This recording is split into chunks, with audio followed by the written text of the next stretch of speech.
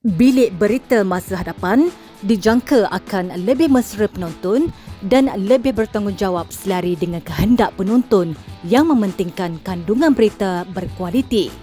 Peralihan kaedah pemberitaan daripada tradisional kepada penggunaan data dan analitik akan membantu bilik berita mengenal pasti kandungan yang digemari penonton.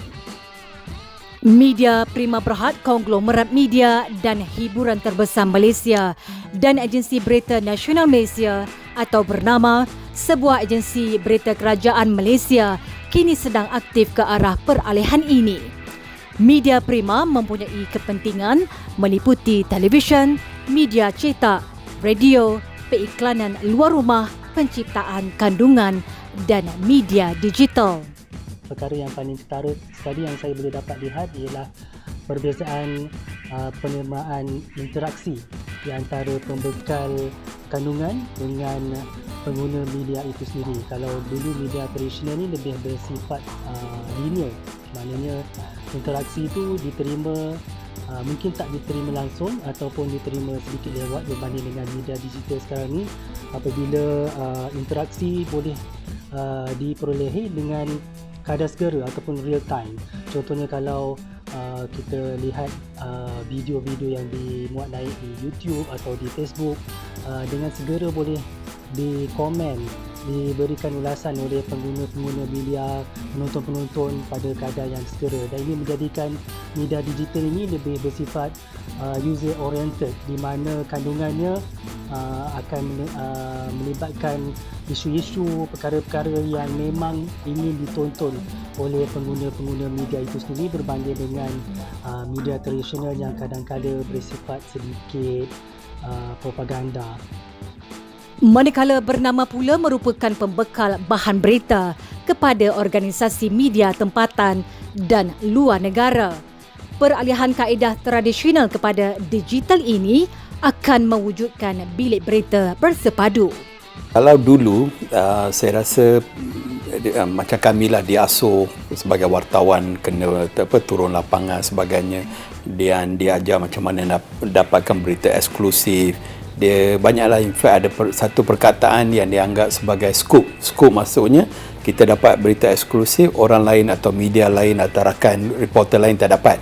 Tapi sekarang saya rasa mungkin wartawan sekarang pun tak kenal perkataan scoop, sebab the moment berita tu keluar dalam sejam 2 jam semua orang dah dapat berita tu, sebab peredaran masa lah, dah ada social media, platform internet dan sebagainya. So zaman about 20-30 years ago yang tu tak adalah macam sekarang ada internet, so kita boleh tahu apa yang berlaku. Dulu tak ada. Dulu contoh kalau nak tahu tentang crime, kena call polis atau bomba baru kita dapat maklumat, atau ada orang akan call bagi tahu ada sesuatu bencana berlaku ke, then we have to go there, kena pergi. Sekarang tak perlu pergi, you just google je dah boleh dapat info, atau dah ada WhatsApp group, biasa polis akan share, orang ramai public boleh share. So itu satu actually satu kelebihan dan juga satu cabaran, sebab kita bersaing dengan, kita panggil ni wartawan netizen yang dia beribu orang, masing-masing boleh dapat maklumat ni, and dia orang share cepat dalam social media dia kan, FB ke Twitter. So untuk wartawan mainstream ni, itu satu cabaran yang besar jugalah nak bersaing dengan mereka ni.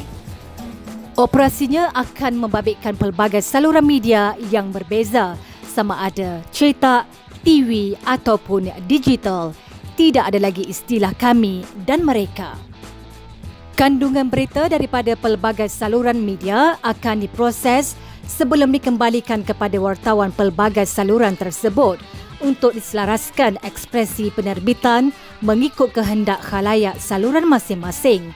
Pendekatan di bernama News Channel atau BNC adalah contoh idea merentas media membabitkan pembangunan seni bina baharu untuk bilik berita dari awal lagi.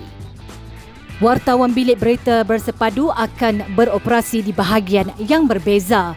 Sungguh pun demikian, setiap bahagian akan dilengkapi dengan pelbagai platform untuk kekal berhubung sama ada antara petugas kewartawanan ataupun dengan khalayak ramai. Okey, sebenarnya kalau wartawan ni biasanya kalau mereka dah tahu dah sehari sebelum tugasan mereka ni mereka dah tahu dah, sebab kita dah naikkan dalam assignment semua, mereka pun boleh dapat daripada handphone mereka. So sepatutnya wajarnya mereka ni buat persiapan dulu, research, kan? So dia orang tahu apa yang akan berlaku. Daripada lapangan tu, bila dia masuk ke office, mereka ni kena rujuk kita dulu. Sebab tu kita dekat sini island ni kita yang main. So dia datang, dia orang rujuk dengan kita dulu, bincang. Okey, hari ini kita pergi assignment yang mana, ada berapa banyak isu yang diutarakan. So daripada situ kita tahu dah, okey, you buat main story ni, lepas tu yang story sub story ke apa yang kita highlightkan benda-benda tu. So kalau macam tu kita senang lah. Kalau tak ada, kalau reporter dia pandai-pandai buat story, kita kata ini tak nak, kita spike. Kita kadang-kadang tak pakai, rugi ni. So kita pun rugi, dia pun rugi. So sepatutnya dia orang kena rujuk kita dululah, kita advise dia. Operasi bersepadu yang dipacu oleh pelbagai teknologi penggabungan media ini bertujuan mencipta ekspresi komunikasi yang sepenuhnya baharu. Model bersepadu dan penumpuan media ini berbeza dari segi proses pengeluaran, struktur organisasi dan pendekatan operasi. Contoh konvergensi media yang paling popular ialah telefon pintar yang menggabungkan kamera, muzik, internet, buku dan semua media lain bersamanya. Radio dalam talian yang digabungkan dengan internet, e-buku dengan kertas dan teknologi digital dan laman web dengan aplikasi berita. Kesimpulannya, bolehlah dikatakan bilik berita bersepadu dan konvergensi media memungkinkan aliran kerja editorial tunggal menjimatkan masa dalam semua keputusan mengenai kandungan yang dihasilkan, penciptaan kandungan multimedia melalui sebarang jenis aliran kerja editorial dan memantau proses pengeluaran dalam masa yang nyata. Okey, sebab berita macam contoh dululah kan, bernama hasilkan berita, kita beri pada TV, radio. TV akan, kita tahu TV, radio akan siarkan hari ini. Newspaper, surat khabar akan siarkan next day. So itu biasa dulu. Tapi sekarang sebab netizen dah keluarkan dalam dia FB dia, Twitter, Insta, TikTok semua kan. So berita tu macam dalam tempoh sejam dah basi. So itu satu cabaran. So kita tak boleh keluarkan berita yang sama. Khalayaknya berbeza di antara khalayak TV dan khalayak digital. Contohnya kalau dalam satu story tu, dalam satu berita yang ingin disampaikan, kalau di televisyen tu lebih mementingkan kepada perkara-perkara yang formal, jadi disampaikan secara formal. Tapi kalau di platform digital, ia memerlukan garapan yang berbeza apabila ia perlu menyorot isu-isu yang lebih menarik perhatian dan tajuknya mereka lebih catchy lah orang kata kan, berbanding dengan kalau di televisyen. Dan biasanya berita-berita yang ingin disampaikan di platform digital ni ia lebih bersifat santai.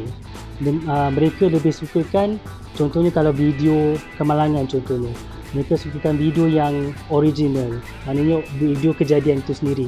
Mereka agak suka nak menerima kalau kita ada masukkan elemen-elemen lain, contohnya macam pembaca berita.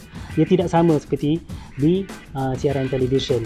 Agak jelas, kesemua ini direka cipta untuk menyelesaikan masalah operasi organisasi media, memenuhi selera khalayak ramai serta meningkatkan keuntungan organisasi.